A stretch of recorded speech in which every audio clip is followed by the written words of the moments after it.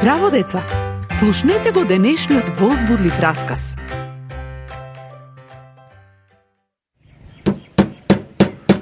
Шабола, многу добро го направи тоа. Се облошувам дека од тоа ќе ме болат мускулите. Оу, тоа беше мојата нога. Не можеш да го држиш чеканот повеќе.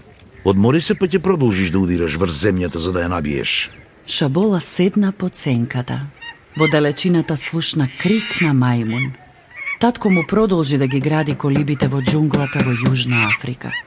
Дали ќе бидат убави како оние во мисионерското училиште во селото? Шабола, продолжи да работиш. Му беше интересно да му помага на татко му, но повеќе сакаше да оди во училиште. Следното утро, од кога го изеде појадокот од пченкарно брашно и путер од кикиритки, замина на училиште. Му се допаѓаше Умфундис, зимбабвиско име за учител. Сите деца ја сакаа. Шабола најмногу го сакаше часот по религија. Таму младото момче со црна кадрава коса слушаше многу внимателно. Една мала дива овца избега и се изгуби.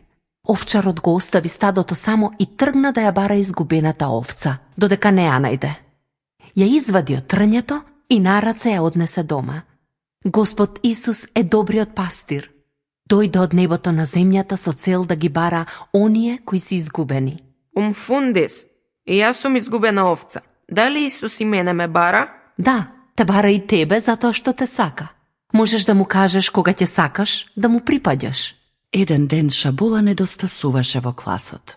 Сакаше да стане од креветот тоа утро, но имаше треска и вртоглавица. Шабола, имаш висока температура. Ќе одам да го викнам врачот. Тој не може да ми помогне. Шабола беше многу болен и тешко можеше да зборува. Во неделата го посети наставничката. Шабола, многу си болен. Подготвен ли си да умреш, ако е време? Господ Исус е мојот добар пастир. Набрзо ќе ме земе на небото. Шабола ги затвори очите и повеќе не ги отвори. На неговиот погреб Умфундис ја раскажа приказната за добриот пастир. Одеднаш татко му клекна покрај малиот ковчег и се помоли. Господи Исусе, сега Шабола е со тебе.